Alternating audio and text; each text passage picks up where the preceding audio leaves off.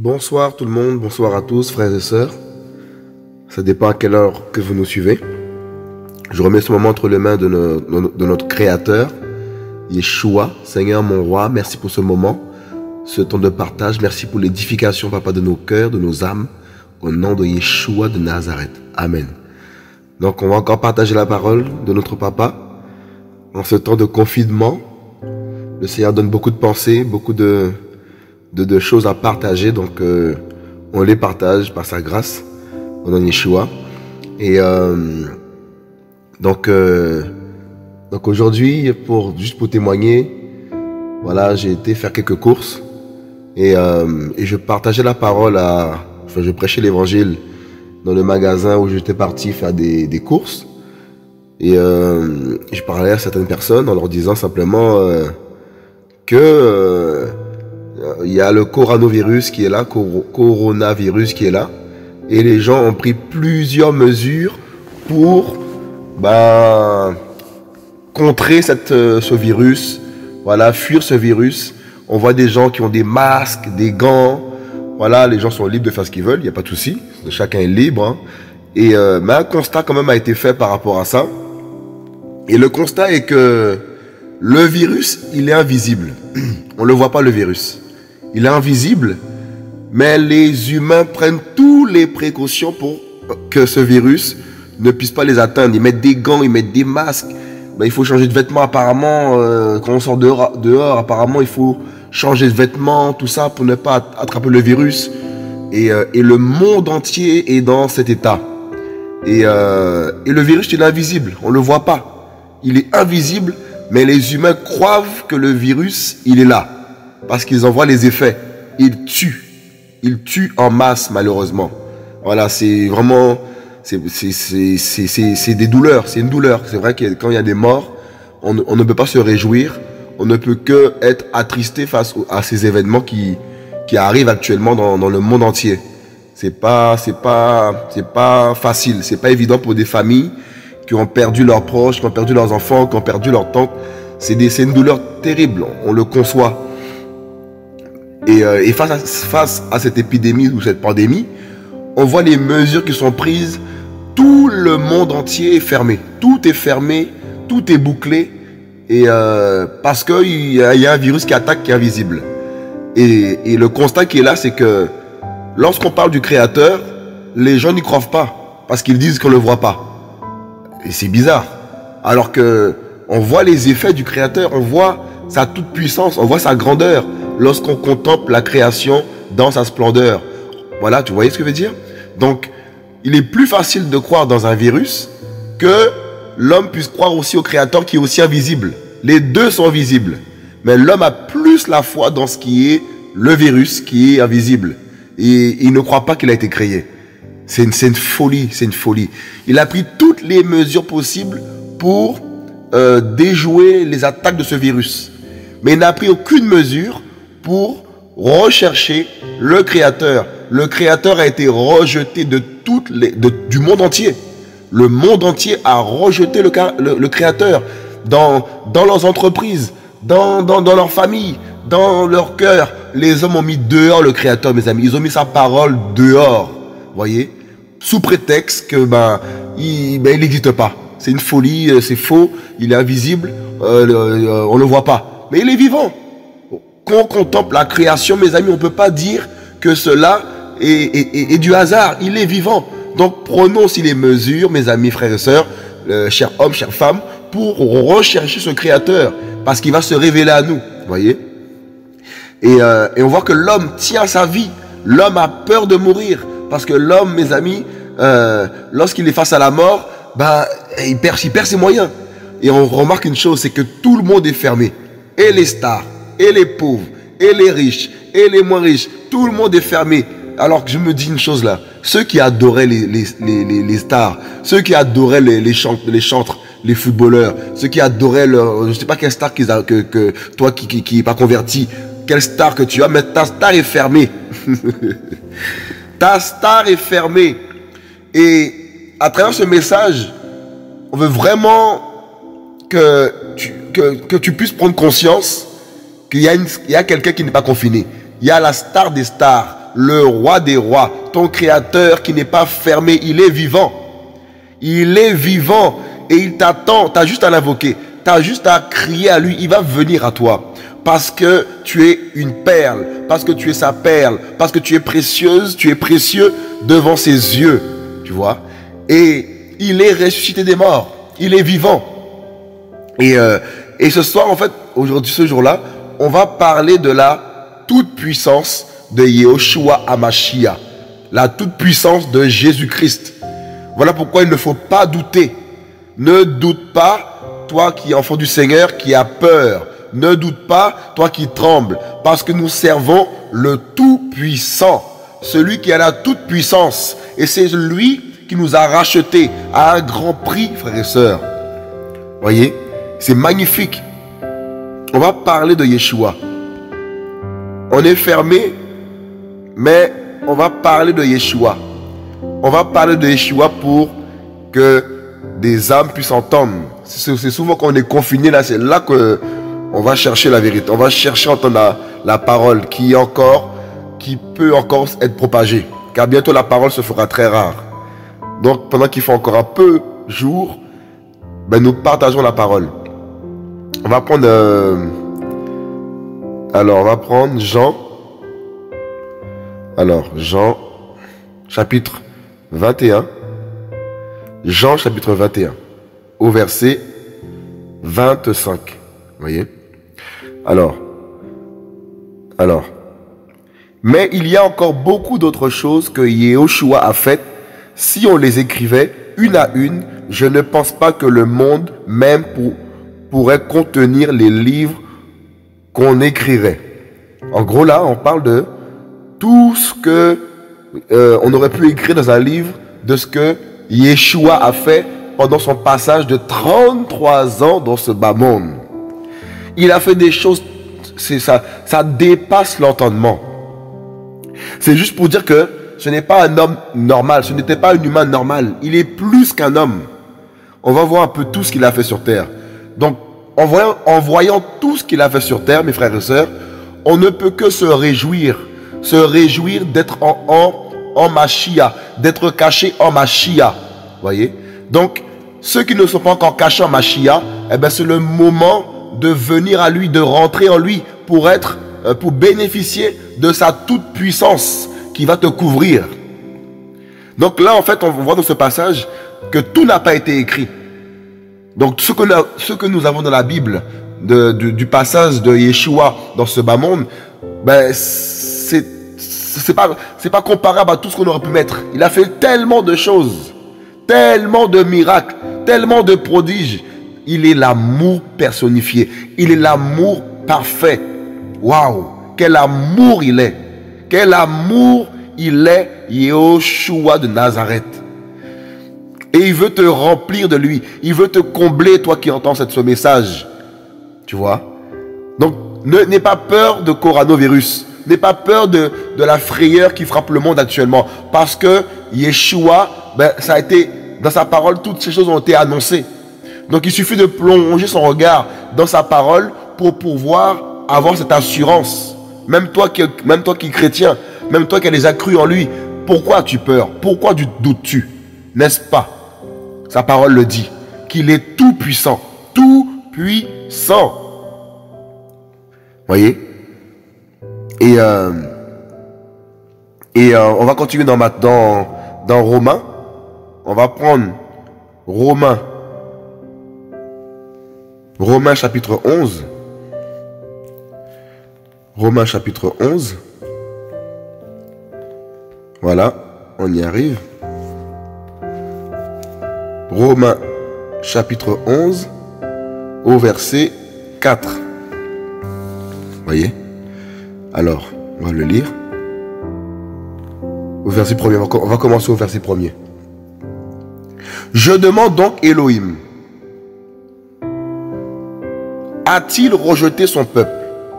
Que cela n'arrive jamais, car je suis aussi israélite, de la postérité d'Abraham, de la tribu de Benjamin. Elohim n'a pas rejeté son peuple, qu'il a connu d'avance. Et ne savez-vous pas que l'Écriture dit à Élia, comment il prit Elohim contre Israël en disant, Seigneur, ils ont tué tes prophètes et ils ont démoli tes autels. Et je suis resté moi seul et ils cherchent mon âme. Vous voyez, verset 4. Mais quelle réponse Elohim lui donna-t-il? Je me suis réservé 7000 hommes qui n'ont pas fléchi les genoux devant Baal. Vous voyez, Yeshua s'est réservé 7000 hommes qui n'ont pas fléchi les genoux face aux situations actuelles, face à la maladie actuellement qui frappe les nations.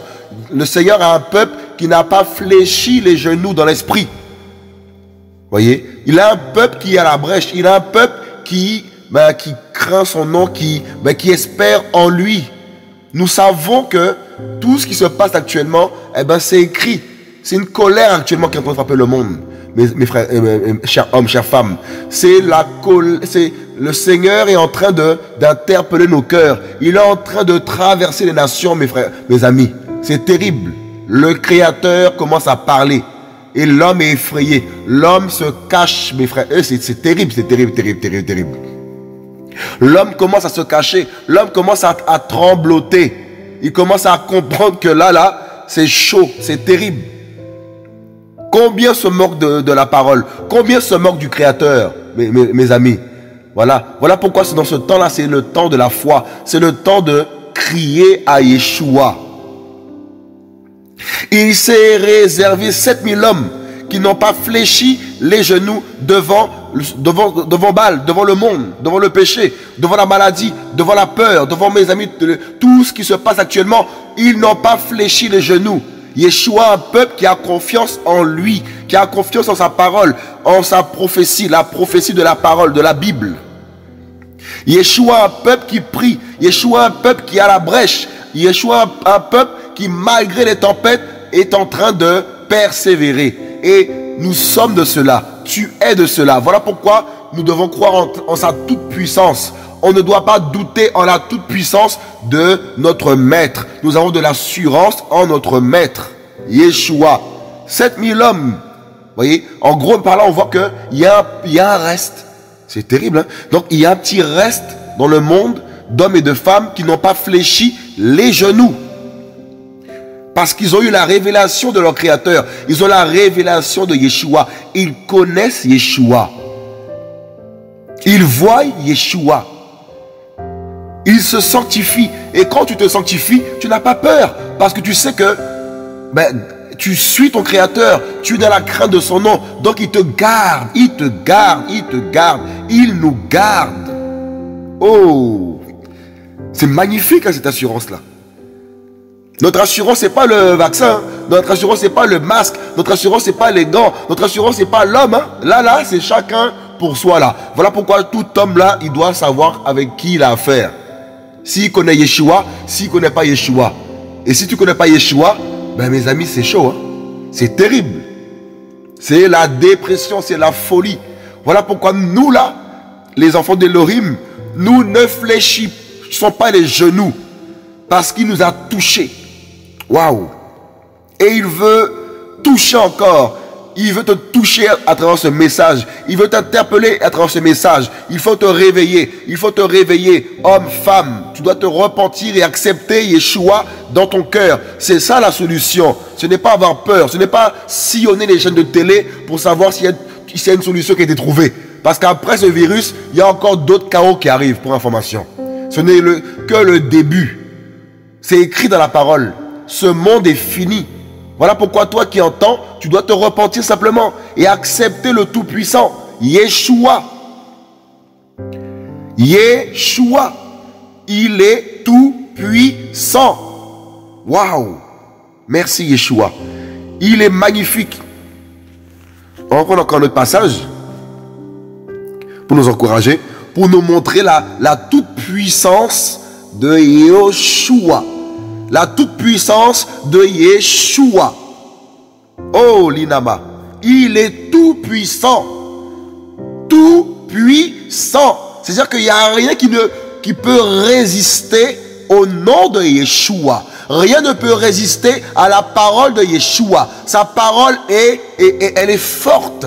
Elle est puissante. Elle est mêlée de sainteté. Sa parole est glorieuse.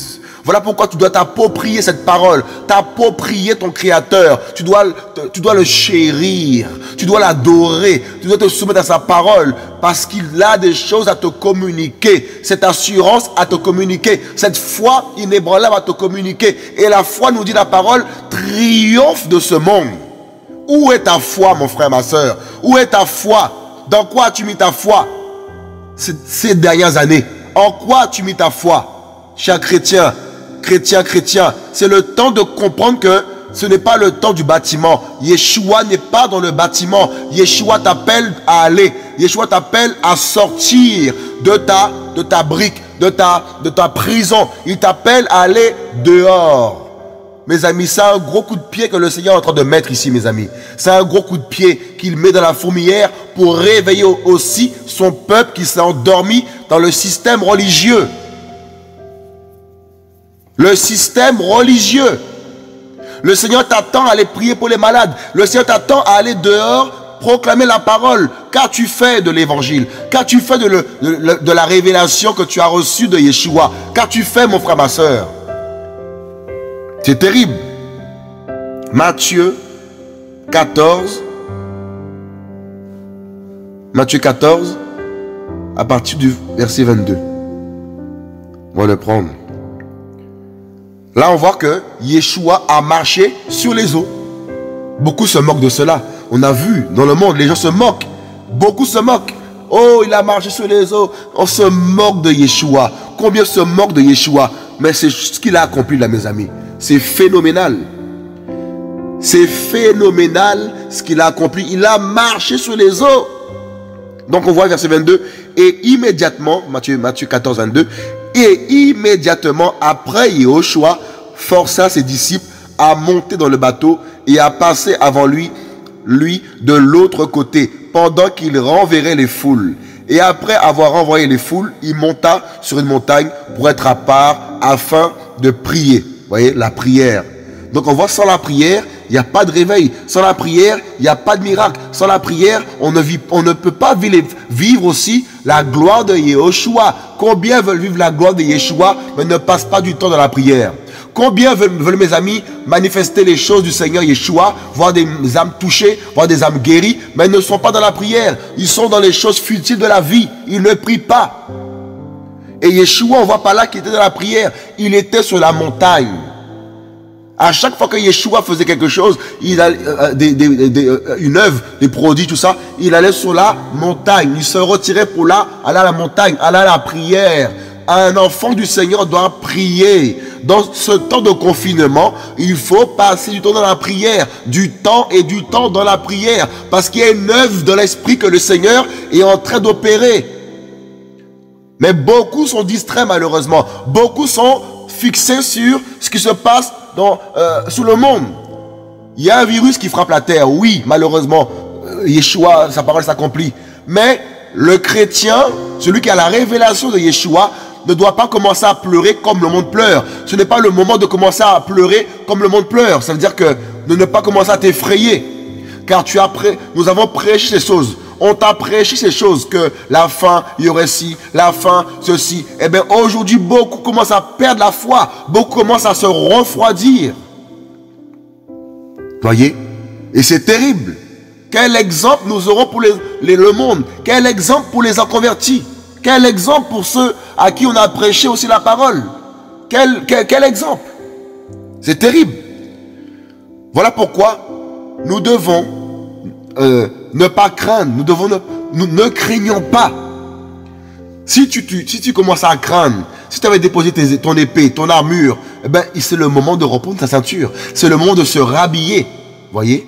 On voit Pierre dans la prison, il avait commencé à tout perdre. La ceinture, le manteau. Il a commencé à tout perdre parce que il y avait la persécution. Il y avait la peur. Il avait commencé à avoir la peur. Et la peur te fait perdre l'assurance que tu as en Yeshua. La peur te fait perdre ton épée, tes armes. La peur nous rend, mes amis, ça nous fige. C'est pour cela que dans ce temps de confinement, il faut être dans la prière, dans l'intercession, être à la brèche, comme une sentinelle, parce que les murailles vont sauter, mes frères et sœurs. Le Seigneur va opérer des choses glorieuses. glorieuse. Son armée sera lâchée dans les rues du monde entier. Ça va être phénoménal ce qui arrive. C'est pour cela que là, dans ce temps de confinement, on doit profiter, être dans la prière, la parole, la sainteté, se sanctifier, se purifier, faire le ménage, se repentir, passer par Rikama. Laisser le Seigneur nous purifier, nous nettoyer, nous remplir de cette huile qui va déborder. Notre coupe là, ta coupe va déborder. Ça va déborder, mais c'est le temps du débordement. La coupe va déborder, l'huile va déborder. Encore plus. Ça va déborder. Shadamasaka. Ça va déborder. Cette huile-là va toucher des peuples. Cette huile va toucher des âmes. Parce que c'est le temps du débordement. Et dans la souffrance, dans la prière, dans les incompréhensions, dans tout ce qu'on peut vivre, le Seigneur est en train de nous former, en train de nous malaxer. Il est en train de nous...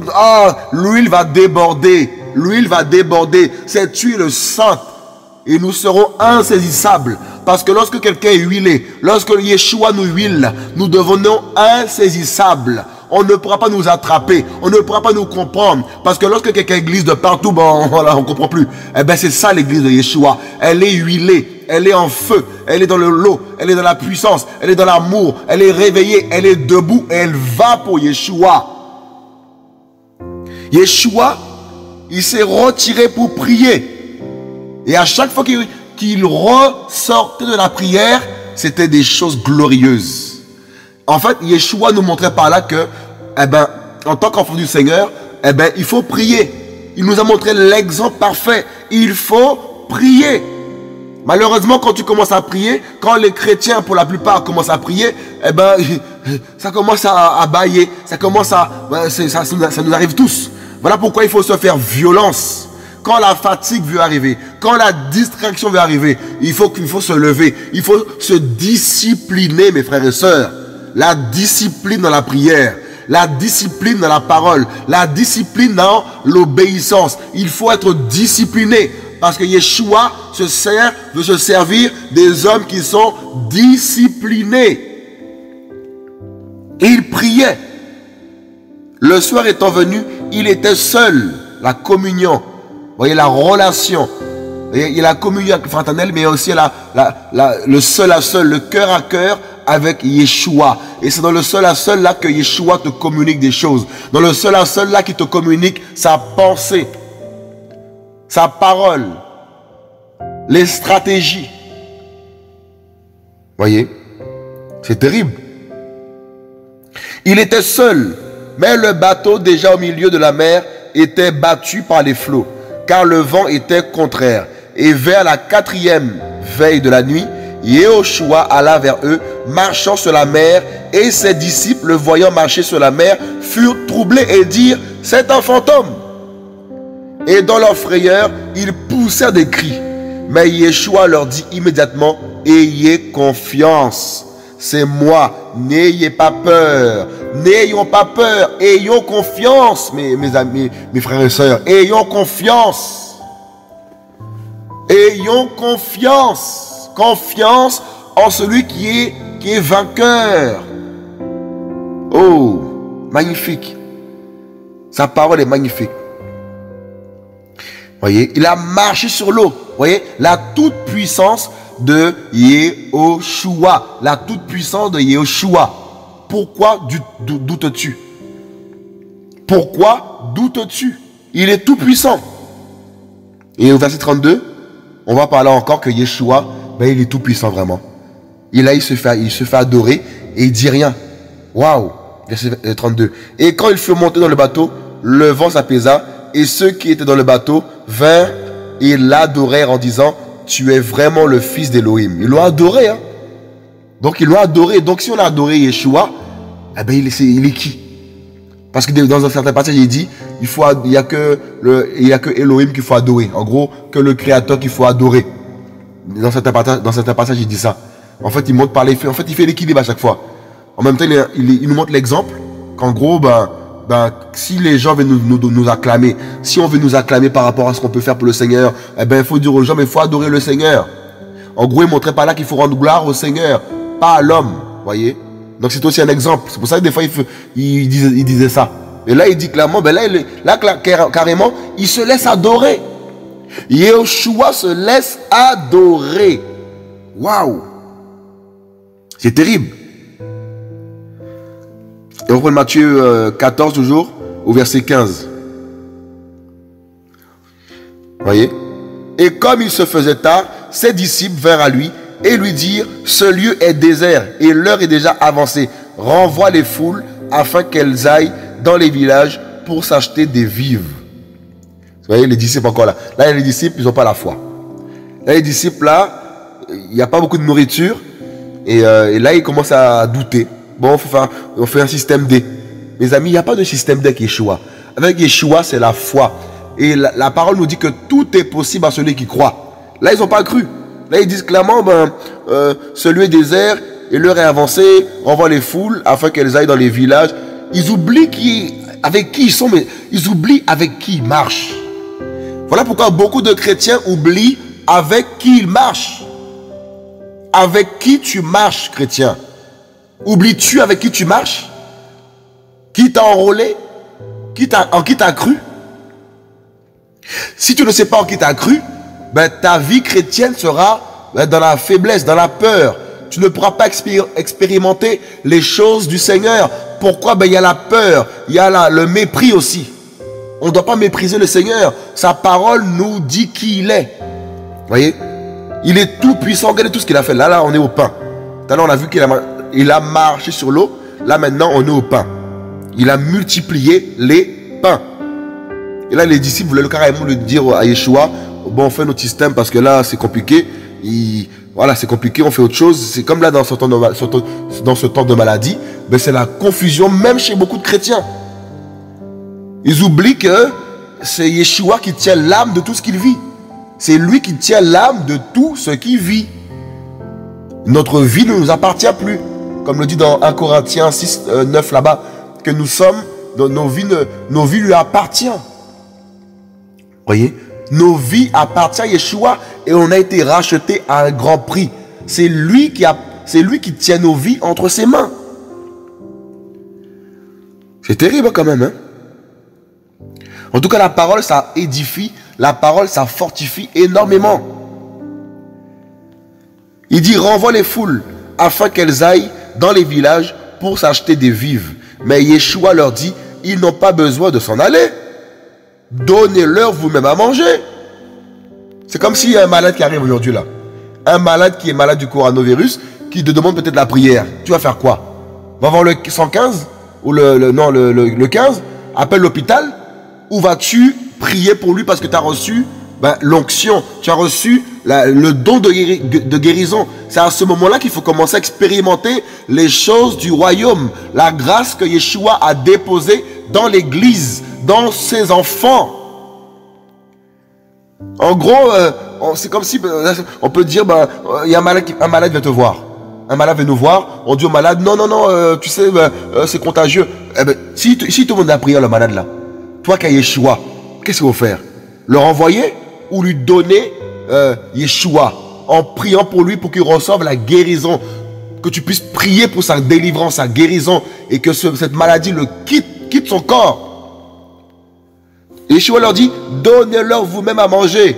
La foi. Nous devons être ce peuple qui a la foi. Nous devons avoir la foi. Donnez-leur vous-même à manger. En gros, là, Yeshua nous laisse un travail à faire. Église de Yeshua. Que l'église de Yeshua puisse ouvrir ses oreilles. Que l'église de Yeshua soit attentive à ce que l'Esprit dit à nos cœurs. C'est important. Yeshua nous a laissés dans ce monde pour être des lumières, pour être des flambeaux, pour, mes amis, pour manifester sa sainteté, manifester sa gloire. Yeshua ne nous a pas laissés en vain dans ce monde. Parce que nous sommes des flambeaux. Son esprit est en nous. Voilà pourquoi nous devons demander au Seigneur, Seigneur, que devons-nous faire après ce temps de confinement? Pendant ce temps de confinement, que faut-il faire? Tu as peut-être un voisin de palier, je ne sais pas, qui est peut-être atteint de maladie. Tu as reçu la grâce, tu as reçu Yeshua. qu'est-ce qui t'empêche d'aller prier pour un malade dans ton bâtiment, dans ton immeuble? Car c'est autorisé devant son voisin de palier qui est peut-être malade, qui a besoin de réconfort. Mais c'est le temps d'aller leur prêcher la parole. C'est le temps de faire porte à porte et leur communiquer l'évangile. La parole qui sauve, la parole qui délivre, la parole qui donne de l'espérance, l'évangile qu'on a reçu. Et malheureusement, beaucoup ont pris cet évangile croyant que cet évangile devait être fermé dans 4 murs d'église. Ce message doit être véhiculé dans tout lieu. Tout lieu où foule tes pieds, eh ben, tu dois annoncer l'évangile. Tout lieu où foule tes pieds, ben, Yeshua, il faut le proclamer. On doit voir Yeshua à travers ta vie. Pourquoi tu hontes de Yeshua? Qu'est-ce qui a fait qu'aujourd'hui, que beaucoup ont honte de Yeshua? Qui t'a racheté? Qui est mort sur la croix pour toi? C'est terrible. Donnez-leur vous-même à manger. Mais ils lui disent, nous n'avons ici que 5 pains et 2 poissons. Et il dit, apportez-les-moi ici. Là, Yeshua carrément, il dit, bon, vous y croyez pas trop, ben, apportez-moi ça. Je vais vous montrer comment ça se passe. Parce que je suis le Tout-Puissant. Parce qu'avec la foi, en gros, que je vous ai donnée, vous pouvez faire les choses. Mais beaucoup pleurent et oublient la foi qu'ils ont reçue, mes frères et sœurs. Toi qui pleures, tu dois te ressaisir. Tu dois te relever. Ça peut arriver, mais il faut te relever. Ne te laisse pas abattre. Ne te laisse pas détruire par ce qui se passe, par ce chaos. Ne te laisse pas abattre, soldat, soldate. Apportez-les-moi ici. Et après avoir ordonné aux foules de s'asseoir sur l'herbe, il prit les 5 pains et les 2 poissons, et levant les yeux au ciel, il prononça la prière de bénédiction. Et ayant rompu les pains, il les donna aux disciples et les disciples aux foules. Et tous mangèrent et furent rassasiés. Et l'on emporta 12 paniers pleins de morceaux qui restaient. Or ceux qui avaient mangé étaient environ 5000. Waouh, 5000. Vous voyez la multiplication qu'il y a eu là? Avec 2 pains, 2-3 petits pains là. Oh là là. Yeshua est terrible. Vous voyez la toute puissance de Yeshua. On ne doit pas douter en lui. Et c'est dans ce temps-là qu'il faut vraiment se ressaisir. On va prendre Jean 2. Jean 2. Là, c'est le miracle à Cana. Vous voyez, la toute puissance de Yeshua. Et le 3e jour, en faisant des noces à Cana en Galilée, et la mère de Yeshua était là. Ça c'est sa mère physique. Vous voyez, parce qu'en fait, lorsque Yeshua est descendu dans ce monde, ben, il est passé par une femme pour rentrer dans ce monde comme un homme. Donc il est passé par une femme. Il a dû faire les choses comme lui-même a créé les choses. Il aurait pu apparaître comme ça, il fait ce qu'il veut. Mais il est passé comme un... Il est rentré dans le monde comme il a conçu les choses. Sauf que Marie n'a pas eu de rapport avec Joseph. Pour ceux qui sont incrédules par rapport à la divinité de Yeshua. Enfin, pardon, fermé. Et la mère de Yeshua était là. Et Yeshua fut aussi invité aux noces avec ses disciples. Et le vin ayant manqué, la mère de Yeshua lui dit, ils n'ont plus de vin. Yeshua lui dit, qu'y a-t-il entre moi et toi, femme? Mon heure n'est pas encore venue. En gros, c'est même pas Marie qui fait les miracles. Hein. Donc pour ceux qui adorent Marie là, il faut arrêter d'adorer Marie. Marie, elle, c'est pas elle qui a fait transformer l'eau en vin. Hein. C'est pas elle. Hein. C'est pas Marie, c'est Yeshua. C'est terrible. Yeshua lui dit, qu'y a-t-il entre moi et toi, femme? Mon heure n'est pas encore venue. C'est Yeshua qui décide, c'est pas Marie. Marie là, c'est une femme comme toi et moi là. C'était une femme sans... Elle n'était pas... C'était une humaine. C'était une femme humaine, comme toutes les autres femmes. Donc ceux qui vénèrent Marie là, eh ben, vous êtes sur le chemin de l'enfer. Ceux qui vénèrent Marie, ils sont sur le chemin de l'enfer. Ce n'est pas écrit dans la Bible d'adorer Marie. Et le Seigneur est cela. Il est l'idolâtrie. Il n'y a que lui qui doit être adoré. C'est lui qui est mort sur la croix pour nous. Ce n'est pas Marie. Comme l'autre fois, je lisais, je veux une petite parenthèse. Je lisais un article, un petit message l'autre fois, qui imageait bien la chose.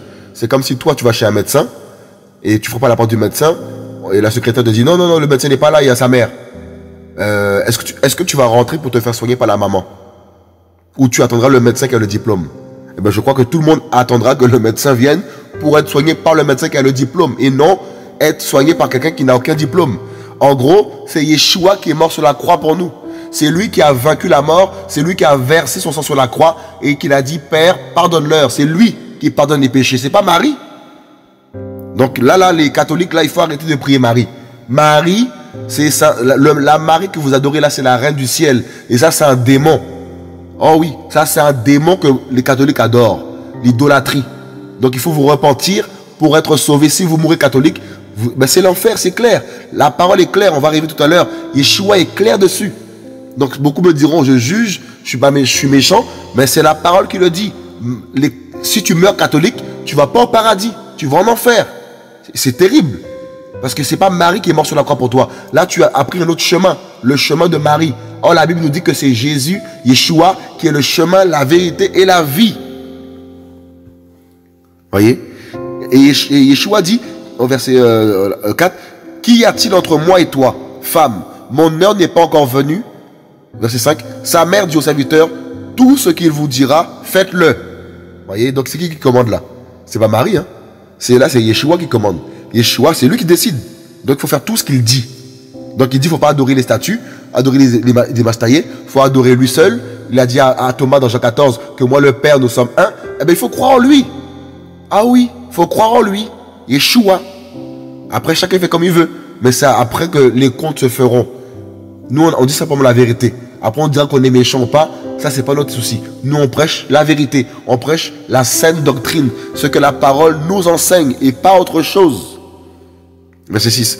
Or, 6 jarres à eau de pierre étaient posées là, selon la purification des Juifs, contenant chacune 2 ou 3 mesures. Et Yeshua leur dit, remplissez d'eau ces jarres à eau, et il les remplit jusqu'en haut. Il leur dit, puisez-en maintenant et apportez-en au maître de table. Et ils lui en apportèrent. Dès que le maître de table eut goûté l'eau devenue du vin, c'est terrible, vous voyez? Il ne savait pas d'où ça venait. On voit plus tard, plus bas. Vous voyez? Il a transformé l'eau en vin. Vous voyez la toute puissance de Yeshua. Voilà pourquoi nous devons adorer Yeshua de Nazareth. On va prendre Jean 11. On voit la toute puissance de Yeshua. La toute puissance de Yeshua Mashiach. Jean 11. Voilà. Là, on voit par là la résurrection de Lazare. La toute puissance de Yeshua, ne doute pas. Ne doute pas. Ne doute pas en sa toute puissance. Mais il y avait un malade, et Lazare, voilà, voilà, de Béthanie, le village de Myriam et de Martha, sa sœur. Or, c'était Myriam qui oignit le Seigneur d'un baume et qui essuya ses pieds avec ses cheveux.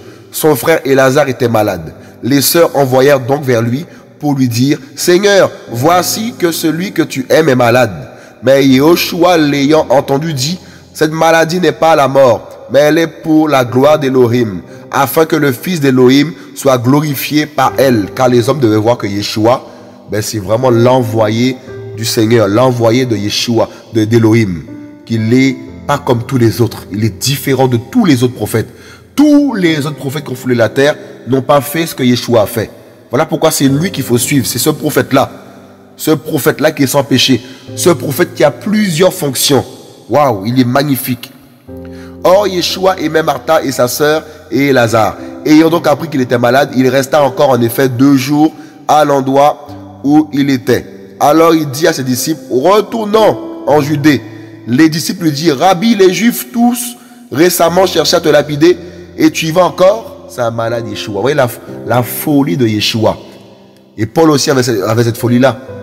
On lui dit, si tu montes à Jérusalem, on va te lapider, nanana. Il dit, non, il faut qu'il aille là-bas. En fait, quand tu as la folie de Yeshua, même s'il y a la persécution, même s'il y a des attaques, on t'aime pas, on veut te frapper, tout ça. Mais avec Yeshua, en fait, t'es fou. C'est pour cela que dans ce temps que nous sommes là, que dans ce temps qu'on commence à vivre, qui sont difficiles, ici, il n'y a pas la folie de Yeshua, tu abandonnes la foi. Et la parole dit, quand il va revenir, trouvera-t-il la foi? Ah oui, trouvera-t-il la foi? Aurons-nous la foi lorsque le Mashiach va revenir? Ou allons-nous abandonner, ou tu vas abandonner ce chemin que tu as emprunté? De peur d'être rejeté, de peur d'être tué, persécuté à cause du nom de Yeshua. C'est terrible quand même, hein? C'est terrible. On lui dit qu'on voulait te lapider et toi tu retournes encore là-bas. Mais en gros, Yeshua, mais ça va pas ou quoi, Yeshua? C'est ce qu'il voulait dire par là. On voulait le lapider et lui, il est encore parti là-bas. Vous voyez? C'est terrible. Verset 6. Ayant donc, on va reprendre verset 6. Ayant donc appris qu'il était malade, il restait encore en effet 2 jours à l'endroit où il était. Alors il dit à ses disciples, retournons en Judée. Donc on retourne là-bas. En fait, quand le Seigneur te donne une mission là, quand la mission vient du Seigneur, quand il te donne un objectif à atteindre, tu dois aller. Si tu es mandaté, si c'est le Seigneur qui t'envoie, il faut aller parce qu'il va t'accompagner. Ne réagis pas par rapport à ce que tu vas entendre. Parce que ce que tu vas entendre va aussi t'empêcher d'aller faire le travail que Yeshua te demande de faire. Et si Yeshua écoutait là les disciples, eh bien il ne serait pas allé. Et le Seigneur ne se serait pas glorifié. Oh oui. C'est terrible hein, ce passage-là. Les disciples lui disent, Rabbi, les Juifs tout récemment cherchaient à te lapider et tu y vas encore? Là, combien de chrétiens auraient pu dire, ah il n'est pas sage. Il manque de sagesse. Il manque de sagesse. Il manque de sagesse. Il manque de sagesse. C'est un temps où il faut voir la vraie sagesse. La sagesse qu'on voit ici, là, de Yeshua. Parce que si on n'a pas la sagesse de Yeshua, nous ne vivrons aucune gloire de Yeshua. On ne vivra rien du tout. Parce qu'il y a trop le raisonnement. Si Yeshua avait raisonné ici, là, Yeshua ne serait pas allé ressusciter Lazare. Il ne serait pas allé le ressusciter. On n'aura pas vu la gloire de Yeshua et des âmes n'auraient pas été libérées à travers l'œuvre que Yeshua a fait en ressuscitant Lazare. C'est pour cela que le travail que le Seigneur te demande de faire, ma soeur, dans le pays que tu es, la ville que tu es, qui que tu sois, tu dois opérer selon l'esprit, faire selon la volonté de Yeshua, parce que Yeshua a une œuvre à faire à travers toi. Il y a des âmes que Yeshua veut détacher, parce qu'il y a des âmes, ils doivent faire des miracles, ils doivent voir des choses glorieuses se produire afin de croire. Oh oui, nous sommes dans ce temps aussi, le Seigneur démontre aussi les choses. Oh, c'est un temps de séparation. C'est un temps de... En fait, on verra la différence entre les loups et les brebis. La différence entre les véritables serviteurs et les loups. Et les faux bergers, les faux prédicateurs, les faux envoyés. Qui se sont recommandés eux-mêmes. Et Yeshua est en train de roindre, d'établir, de positionner ceux qu'il a mandatés, ceux qu'il a appelés. Oh, dans ces temps de la fin, de la dernière heure, enfants d'Élohim, Ecclésia, le peuple de Yeshua est en marche. Plus d'hypocrisie. Là, c'est un temps de vérité. C'est un temps de vérité, frères et sœurs. Voilà pourquoi nous devons nous relever, nous relever, tenir ferme dans la prière. La prière, nous devons être dans l'intercession. Les disciples lui disent, Rabbi, les Juifs tout récemment cherchaient à te lapider et tu y vas encore? C'est terrible, hein? Donc tu y vas encore, Yeshua. Hier, on voulait te lapider, en gros, hein? Et tu vas encore là-bas. Mais tu n'as pas la sagesse. Il faut la sagesse. Vous voyez la sagesse là? Oh, c'est pas comme si, c'est pas comme ça. C'est un temps de folie. Il faut la folie de Yeshua. La folie de Yeshua, c'est la sagesse. Et cette sagesse n'est pas une sagesse humaine. Elle est d'en haut. Et la parole est claire. La sagesse crie. Des fois, il y a des chrétiens, oh, faut pas crier, oh, pas comme ça, oh, mes amis, mais toi, qu'est-ce que tu fais actuellement, toi? Qu'est-ce que tu fais? Car tu fais. Et souvent, on est là à regarder, à critiquer, à empêcher l'autre de faire, mais soi-même, on fait, et soi-même, on ne fait rien. C'est pour cela que nous devons donner la gloire au Seigneur. En tout temps, donner la gloire à Yeshua de Nazareth. Parce qu'il fait ce qu'il veut et avec qui il veut. Je vous dis la vérité, il ne faut pas critiquer les autres qui font un travail pour le Seigneur, qui œuvrent pour le Seigneur Yeshua, peu importe leur pays, leur couleur de peau, leur nombre d'années de conversion. Yeshua, c'est écrit dans la parole dans Joël 2,28. Dans les temps de la fin, il répandra de son esprit. Et je crois que nous sommes dans ces temps de la fin où le Seigneur est en train de déverser son esprit sur les jeunes gens, sur les vieillards, sur la jeunesse. les vieillards, la jeunesse sont en train de recevoir cette huile. L'esprit de Yeshua qui se répand sur nos vies. Et il nous parle, il nous conduit, il nous communique ses pensées. Il nous demande de le craindre encore. En fait, il nous fortifie parce qu'il est passé par ce que nous passons. Il est passé par la peur. Il est passé par la souffrance. Il est passé par le brisement. Yeshua a connu ce que nous vivons et voire même plus que nous. Voyez? Verset 9. Yeshua répondit, n'y a-t-il pas 12 heures dans le jour? Si quelqu'un marche pendant le jour, il ne trébuche pas, car il voit la lumière de ce monde. Voyez? Mais si quelqu'un marche pendant la nuit, il trébuche, parce que la lumière n'est pas en lui. Donc ceux qui n'ont pas la lumière de Yeshua en eux, ils vont trébucher. Et ceux qui ont la lumière de Yeshua en eux, ils ne trébuchent pas, ils marchent, ils sont debout, ils travaillent, ils se consacrent, ils persévèrent. C'est ça, les appelés de Yeshua. Voyez? Et il parla ainsi après cela, il leur dit, notre ami Lazare dort, mais je vais le réveiller. On va descendre plus bas. Lorsqu'il le ressuscite, on va avancer un peu plus.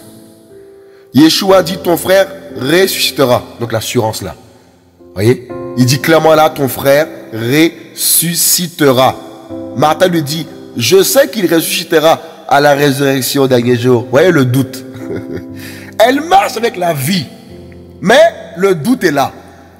Voilà pourquoi nous qui marchons avec la vie là, on ne doit pas avoir le doute ici là. Mon frère, ma soeur, je me mets aussi dans l'eau. Nous devons avoir cette foi là. Et je crois que Yeshua nous attend pour nous communiquer encore plus de foi, plus de feu, plus de sainteté, plus de lui encore. Et dans ce temps-là, on va recevoir encore des choses. On va encore recevoir des rouleaux, on va recevoir des messages, on va recevoir la force pour aller évangéliser, aller parler, témoigner, afin que l'huile puisse toucher. Mes amis, quand tu parles de Yeshua, il y a de l'huile qui tombe par terre là, ça attrape les gens. Ça attrape les gens, l'huile. Ça fait glisser par terre. Les gens les attrapent. Cette huile-là, cette onction, l'esprit de Yeshua, ça les attrape. L'huile va déborder, hein, ça va déborder. Notre coupe va déborder. Parce que Yeshua, il n'a pas dit son dernier mot. Il va encore parler, témoigner qu'il est le Créateur, qu'il est tout-puissant, qu'il est vivant. Je sais qu'il va ressusciter au dernier jour. Yeshua lui dit, verset 25, je suis la résurrection et la vie. Waouh! Il lui dit, je suis la résurrection et la vie. C'est terrible quand même ce qu'il dit Yeshua là. Celui qui croit en moi vivra même s'il meurt. Celui qui croit en lui vivra même s'il meurt. C'est terrible. C'est pour ça qu'on a l'assurance en vérité. Parce que même si on meurt, ben, en fait on vit. On vit. C'est ça Yeshua. C'est ça celui qui est mort sur la croix. C'est ça la résurrection. C'est ça l'assurance en Yeshua. Eh bien il est vivant. Il est la résurrection et la vie. Le monde n'a pas la résurrection. Le monde là, c'est la mort qui règne. Il n'y a pas la vie, c'est la mort. Et Yeshua nous établit comme des lumières pour aller transmettre la vie.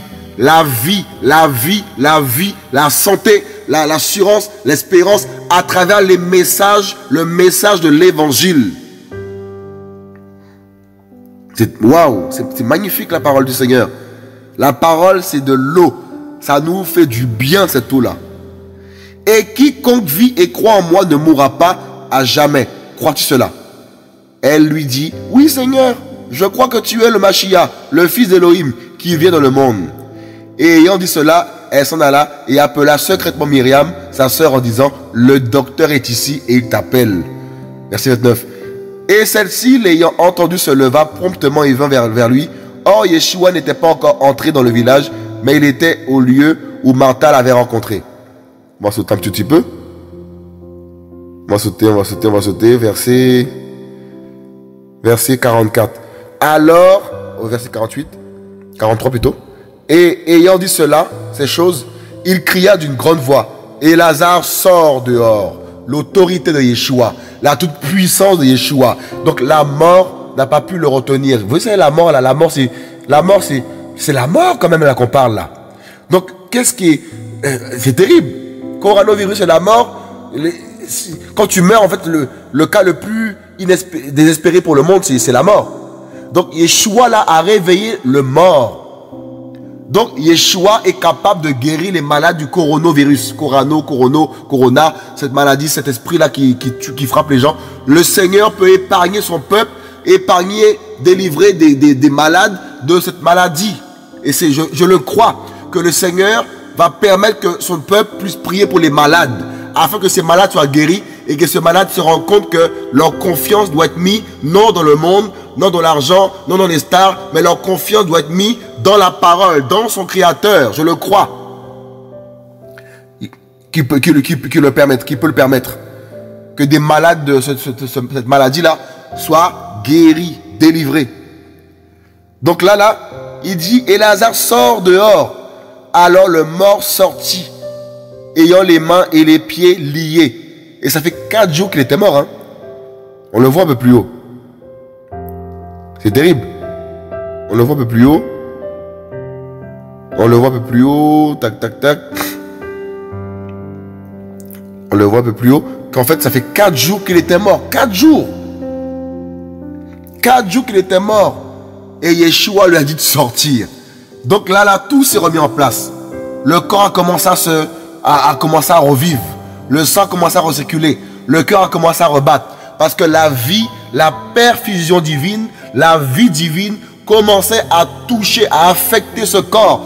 Lorsque la vie de Yeshua nous affecte, mes amis, lorsque la vie de Yeshua nous imprègne, nous touche, c'est la résurrection. Il nous vivifie. Il nous vivifie. C'est-à-dire qu'on devient vivant et on est éclairé. Voilà la résurrection que l'évangile produit. Voilà la résurrection que l'évangile produit dans la vie des morts. Quoi qu'ils sont vivants, mais ils sont morts spirituellement. Et la parole va toucher leur cœur. Et ça réveille le cœur de l'homme. Ça réveille l'intelligence de l'homme. Et l'homme prend conscience il a besoin du Créateur. Qu'il ne faut pas mourir dans le péché. Parce que quand tu meurs dans le péché, c'est l'enfer, c'est le feu. C'est terrible. Il dit, sort. Après le mort sorti, verset 44, ayant les mains et les pieds liés de bandes, et son visage était enveloppé d'un mouchoir, Yehoshua leur dit, déliez-le et laissez-le aller. Il nous réveille, il nous sauve, et il dit, laissez-le aller. Le peuple de Yeshua, il est libre. Là, on n'a pas dit qu'il fallait voir un pasteur. Hein. On n'a pas dit qu'il fallait l'emmener voir un prêtre, aller voir un sacrificateur, aller voir dans le temple, dans telle église. Laisse-le aller. Et là, en gros, l'esprit va lui enseigner toutes choses. Lorsque Yeshua te délivre, lorsque Yeshua te touche, eh bien, il commence à t'enseigner les choses. Il commence à t'enseigner les choses d'en haut. Oh oui. Il devait ton enseignant. Laisse-le aller. Et là, on n'a pas dit qu'il faut l'emmener dans une église, dans une secte. Faut l'emmener voir. Non. Il est libre. Car la parole nous dit que c'est pour la liberté que Christ, Yeshua, Mashiach, nous a affranchis. Alors beaucoup de Juifs qui étaient venus vers Myriam et qui avaient vu ce que Yehoshua avait fait, et quoi? Eh bien, ils crurent. Quand on dit crurent, là, ils crurent. Eh bien, en fait, c'est la repentance. C'est la naissance d'en haut. C'est l'abandon du péché. C'est ça qu'on croit Yeshua. C'est pas on croit Yeshua, c'est le péché, comme on voit dans beaucoup d'assemblées, beaucoup de lieux de culte. Des fois, il y a beaucoup de personnes, mais combien ont eu la naissance d'en haut? Combien ont abandonné le péché? Combien? Très peu. Voilà pourquoi dans Romains 11, on dit qu'il y a seulement un reste. Il y a 7000 hommes qui n'ont pas fléchi les genoux devant Baal. Combien fléchissent les genoux devant le péché? Combien fléchissent les genoux devant la pornographie, la convoitise? Combien convoitent les femmes? Combien convoitent les hommes? Combien? Beaucoup. Il dit, laisse-le aller. Alors beaucoup de Juifs qui étaient venus vers Myriam et qui avaient vu ce que Yeshua avait fait, ils crurent. Donc dans ces temps que nous vivons, maintenant le Seigneur va passer à un autre niveau. Je le crois. Il va passer à une autre étape parce que des gens doivent croire. Et le Seigneur sait très bien que que les gens croient, il y a aussi la parole, mais il y a aussi des signes.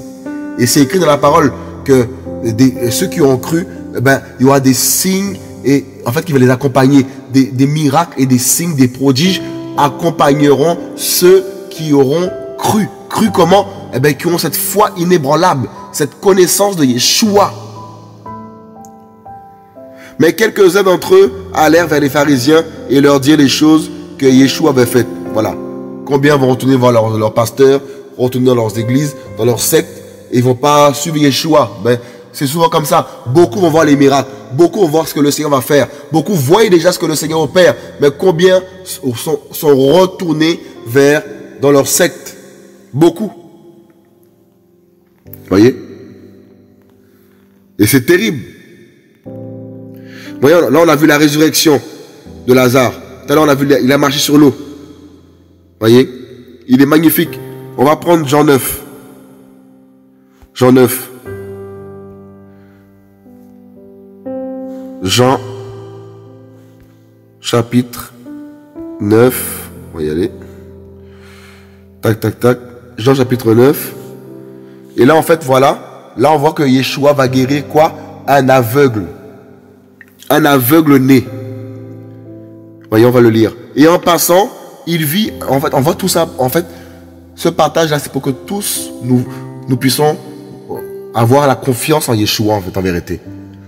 Avoir la confiance en sa parole, la confiance en ce que lui nous a dit. Vous voyez, mes frères et sœurs?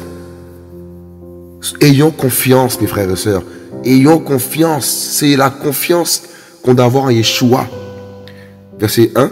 En passant, il vit un homme aveugle de naissance et ses disciples l'interrogèrent en disant, Rabbi, qui a péché, celui-ci ou son père ou sa mère, pour qu'il soit né aveugle? Yeshua répondit, ni celui-ci, ni son père, ni sa mère n'ont péché, mais c'est afin que les œuvres d'Élohim soient manifestées en lui. Il faut que je fasse, tandis qu'il est jour, les œuvres de celui qui m'a envoyé. La nuit vient où personne ne peut travailler. Pendant que je suis dans le monde, je suis la lumière du monde. Vous voyez, je suis la lumière du monde. Yeshua est la lumière de ce monde. Ah oui, ça c'est fort ce qu'il dit là. Donc tu vas t'éclairer, mon frère, ma soeur, cher homme, chère femme. Eh bien, viens à Yeshua, tu seras éclairé. Il va tout te montrer. Il va te montrer tout ce qui se passe dans le monde là. Tout ce qui se passe, comment ça va commencer, comment ça va finir. Il va tout te montrer, il va te parler. Et c'est ça que tu as besoin. Ce n'est pas les voyants là. Beaucoup voient les voyants, les marabouts, tout ça. Tout ça, ça ne marche pas. Ça n'a pas marché depuis des années. Là, c'est un autre. Là, c'est. Il faut crier à l'architecte du monde. Et ayant dit cela, il cracha à terre et fit de la boue avec la salive. Et mit cette boue sur les yeux de l'aveugle. Et il lui dit, va et lave-toi au réservoir de Siloé, ce qui est interprété, envoyé. Enfin, c'est une petite parenthèse. Il y alla donc se laver, et il y alla donc se lava et s'en retourna, voyant clair. Là, il voyait clair. Yeshua a guéri l'aveugle. Dites-moi, quel prophète a fait ça? Quel prophète, dans tous les siècles passés, quel prophète a fait ne serait-ce que ça là? Qui a fait ça? Quel prophète peut dépasser Yeshua? Quel prophète est au-dessus de Yeshua Mashiach? Personne n'est comme lui. Lui seul a accompli ces choses. Lui seul est glorieux. Lui seul mérite l'adoration. C'est lui qu'il faut adorer. C'est Yeshua. Ne mets ta confiance dans personne d'autre que Yeshua. On va prendre Jean 14. Jean 14. Jean 14, verset 12. Voilà, verset 11, on va prendre. Croyez-moi, je suis dans le Père et le Père est en moi. Sinon, croyez-moi à cause des œuvres elles-mêmes. C'est terrible. Là, c'est une phrase qui est magnifique.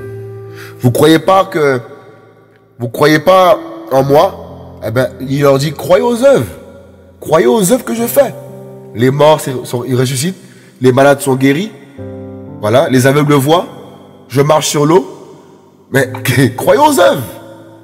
Et là, c'est une belle parole que Yeshua donne là. Il leur dit, croyez aux œuvres. C'est magnifique.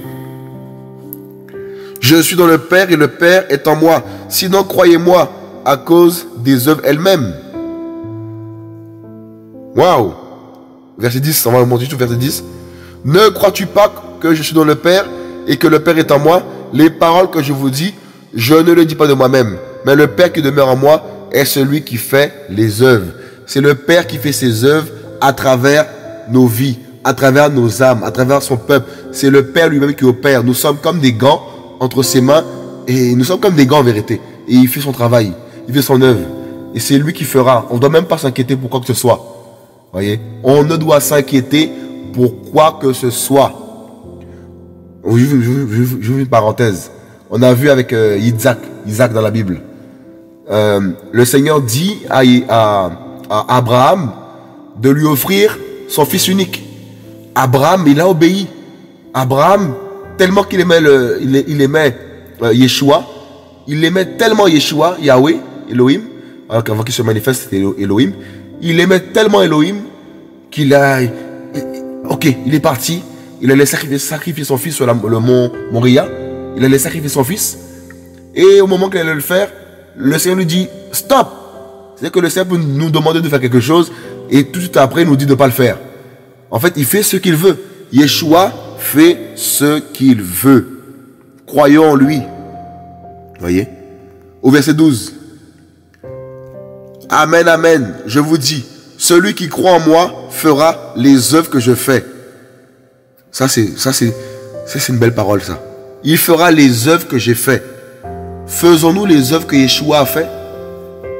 Nous devons aspirer à cela. Rechercher à faire les œuvres que Yeshua a fait.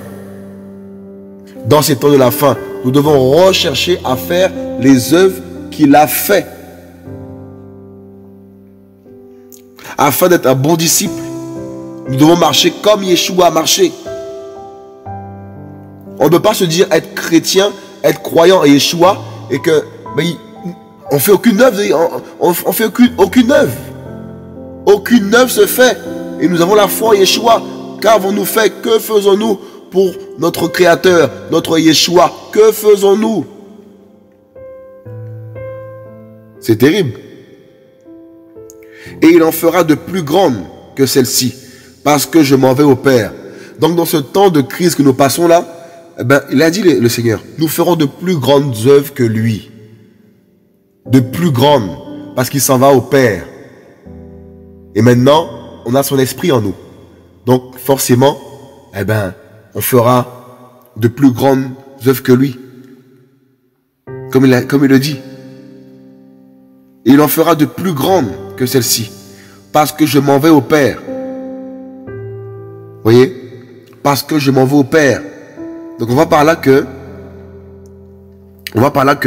on fera de plus grandes œuvres que notre papa a fait sur terre quand le peu de temps qu'il est resté. Donc à travers nous, il veut faire encore plus que ce que lui a opéré. Quand il dit que nous ferons, c'est lui, hein? C'est lui qui fait. Donc comme il est en nous, dans plusieurs personnes en même temps, oh c'est terrible cette affaire. Il est omniprésent, omnipotent, omniscient. Il est partout. Il est grandiose. Il est magnifique. Donc il fera beaucoup. Donc il est à travers beaucoup de personnes en même temps. Il est à la fois en Inde, il est à la fois en Chine, à la fois en Israël, à la fois en Guadeloupe, à la fois... il est dans tous les cœurs d'hommes et de femmes qui l'ont accepté dans les nations. Imaginez-vous l'œuvre qu'il est en train de faire là. Oh là là là là. Parce qu'il n'a pas été dans tous ces pays. Hein. Yeshua n'a pas été dans tous ces pays. Il a fait l'Égypte, Israël, tout ça. Mais là, son esprit est dans tous ceux qui l'ont accepté comme Seigneur et Sauveur. Donc là, actuellement, il prêche en Inde, il prêche en France, il prêche en Guadeloupe, il prêche en Amérique latine, il prêche au Brésil, il prêche partout. À travers qui? À travers son peuple qu'il a purifié, qu'il a nettoyé. Oh mes frères, on doit l'aimer. On doit aimer son amour est magnifique. On ne doit pas blesser son cœur. Il aime les âmes. Yeshua aime les âmes. Et il veut opérer dans ces temps que nous vivons là. Il veut nous laver. Il veut nous nettoyer. Repentons-nous encore. Oh papa, il est magnifique. Oh, il est magnifique. Il est magnifique. Il est bon. Il est bon. On va prendre Jean 2. Après on finir par là. Dans Yeshua. Oh, c'est magnifique de partager sa parole comme ça là. Jean 2. Alors, Jean 2. Tac, tac. Jean 2, au verset 19. La toute-puissance de Yeshua Mashiach, ne doute pas. Ne doute pas. Voilà, verset 19. Yeshua répondit et leur dit, détruisez ce temple, et en 3 jours, je le ressusciterai. Waouh! Alléluia! Il dit, détruisez ce temple, et en 3 jours, je le ressusciterai. Au verset 20. Alors les Juifs dirent, ce temple a été bâti en 46 ans, et toi, tu le ressusciteras en 3 jours. Ils n'ont pas compris le langage du Seigneur. Beaucoup ne comprennent pas le langage de Yeshua. Beaucoup n'ont pas compris le langage d'en haut, le langage divin. Voilà pourquoi, à travers ce qui se passe dans le monde là, même beaucoup de chrétiens ne comprennent pas le langage du Seigneur, le langage de la parole du Seigneur. C'est la fin, nous vivons la fin. C'est la fin, il faut se réveiller. Là, Yeshua leur dit qu'en gros, qu'il allait se ressusciter. En fait, là, qu'est-ce que ça veut dire par là? En fait, Yeshua leur dit clairement que là, il allait se ressusciter. Il a dit je. Donc, on voit par là qu'il est tout puissant. Il est tout puissant. Donc, il ne faut pas douter.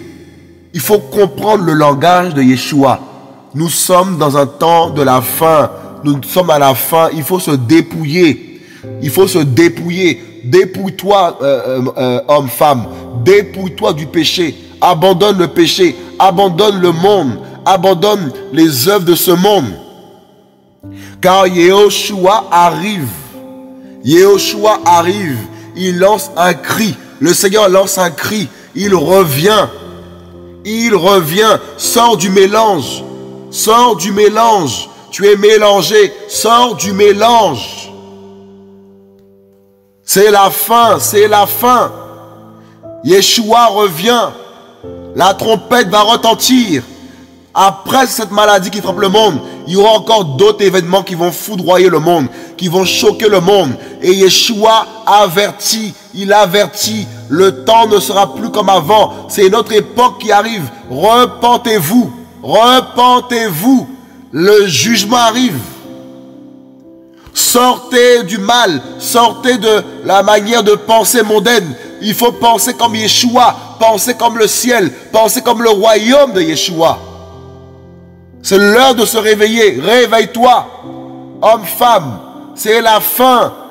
C'est la fin. Mets ta confiance en la parole. Mets ta confiance en l'évangile. Ne mets pas ta confiance dans un homme. Tout le monde est fermé. Yeshua t'appelle. Il t'appelle. Il t'appelle. Lève-toi. Lève-toi. Repens-toi. Quitte le mal. Là, c'est le temps d'invoquer Yeshua dans ta maison. Dans ta maison. Dans ta maison. Invoque-le. Purifie tes pensées avec lui, dans sa parole, dans la prière. Chrétien, lève-toi dans la prière, chrétien. Chrétien, arrête d'avoir peur. Chrétien, lève-toi, chrétien, dans la prière, dans l'intercession. Sors de ta religiosité, chrétien. Sors de ta religiosité. On va prendre un autre passage. On a Yeshua, un dernier passage qui est important.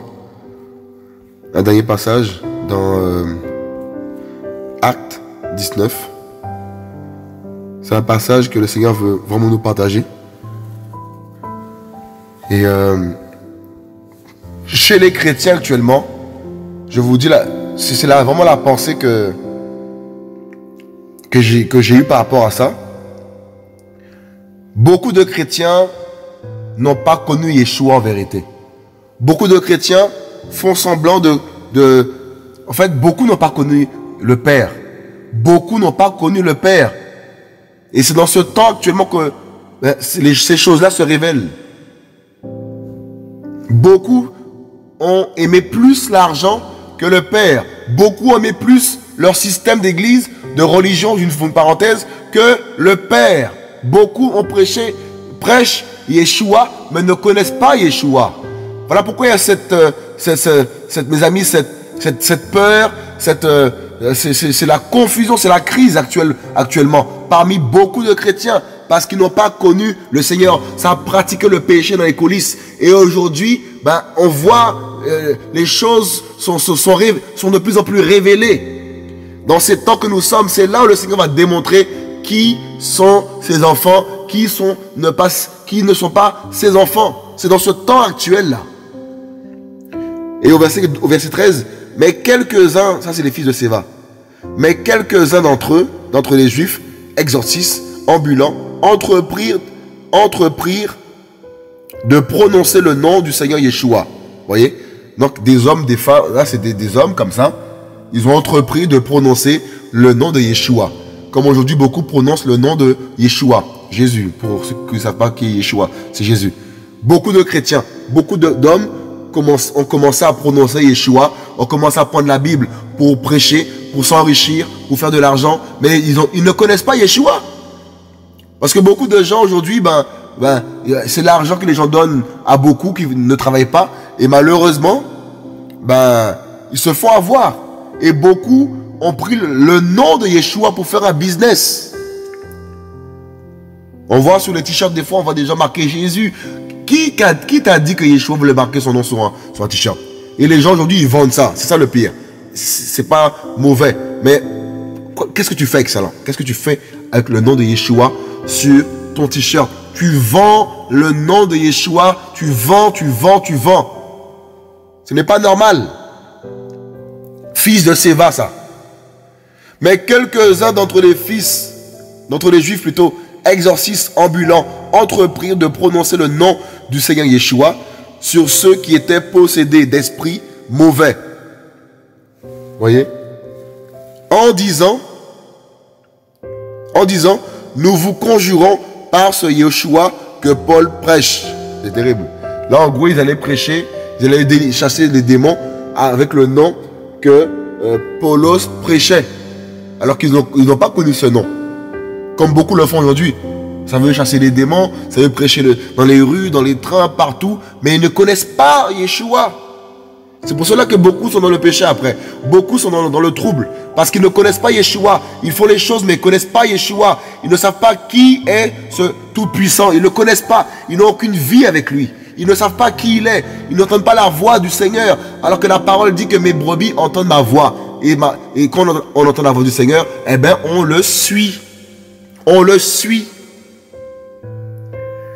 Nous vous conjurons par ce Yeshua que Paul prêche. Or, ceux qui faisaient cela étaient 7 fils de Séva. Un juif, l'un des principaux prêtres, mais l'esprit mauvais répondant leur dit, je connais Yeshua et je sais qui est Paulos, mais vous qui êtes-vous? Et l'homme en qui était l'esprit mauvais, sautant sur eux, les maîtrisa l'un après l'autre avec une telle force qu'ils s'enfuirent de cette maison, nus et blessés. Et cela fut connu de tous ceux qui habitaient Éphèse. Donc juste une parenthèse qu'on ouvre par là, il y a beaucoup de fils de Séva. Voyez? Donc le Seigneur, c'est pas tout le monde qui est enfant du Seigneur. C'est pas tout le monde qui se dit chrétien, qui est du Seigneur. Yeshua seul sait qui lui appartient. Et il y a beaucoup de fils de Séva. Dans ces temps que nous vivons, beaucoup de fils de Séva. Et très peu de fils d'Élohim. Mais la différence se fera entre les fils d'Élohim et les fils de Séva. Il y a une différence qui va se faire dans ce temps que nous sommes. Donc mon frère, ma soeur, je crois que le Seigneur va nous faire du bien. Je crois que le Seigneur va nous protéger. Je crois que Yeshua va encore démontrer encore qu'il est vivant. Il est vivant. Et la parole dit que la création attend la révélation des fils d'Élohim. Cette nation doit voir la révélation des fils d'Élohim. Le monde doit voir la révélation des fils d'Élohim. Mes frères et sœurs. Donc patientons, restons dans l'intimité, dans la prière. Surtout prions, restons dans la prière. Soyons à la brèche, au nom de Yeshua. Que le Seigneur soit glorifié.